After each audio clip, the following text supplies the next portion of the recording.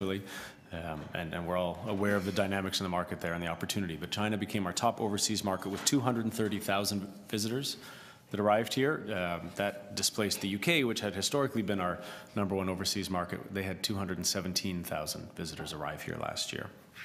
In the US, again, I said fourth straight year of growth out of the US market. And the growth really is coming in air arrivals. In a moment, you're going to hear from our colleagues at Toronto Pearson that have really done a lot to build up Toronto as such an important global hub and North American hub in particular. And you see that reflected in the visitors that are coming here. There are now 71 flights a day from New York City to Toronto. Think about that, 71 flights a day, which is an amazing number. But it speaks to the demand. The airlines obviously create this capacity to meet demand. And what we're seeing is a more affluent, international, sophisticated traveler increasingly arriving in Toronto. And that's important because that shift from what had been largely a drive market to a fly arrival market, and 64% of our Americans now fly here, which I think surprises a lot of people. Most people think that the American visitor here is largely driving up from Buffalo, and that'll always be a core piece of the business. But 64% of our American visitors arrive here by air. That's important because the visitors that arrive here by air stay longer, they do more, they spend more in the destination, all of which leads to greater spending across all sorts of businesses, as you would expect. This shift is happening partly because of the way we've been marketing and positioning the city, but more than anything, it's happening because of the maturation of our destination.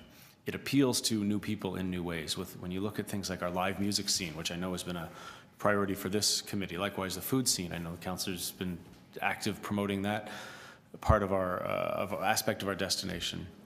The depth and breadth of our destination has grown, I would say, exponentially. Look at our festivals, look at the improvements in our neighborhoods, look at the hotel development, especially at the high end of the market.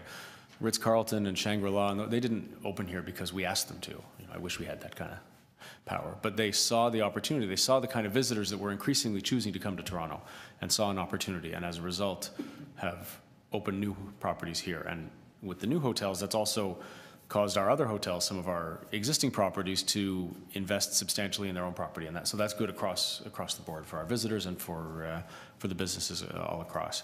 One of the key barometers of tourism that we can see on a kind of a monthly basis is hotel performance. So when we look at 2014, there were two particular points of pride. The first was we sold a record number of hotel room nights, 9.3 million, the most we've ever sold in the destination.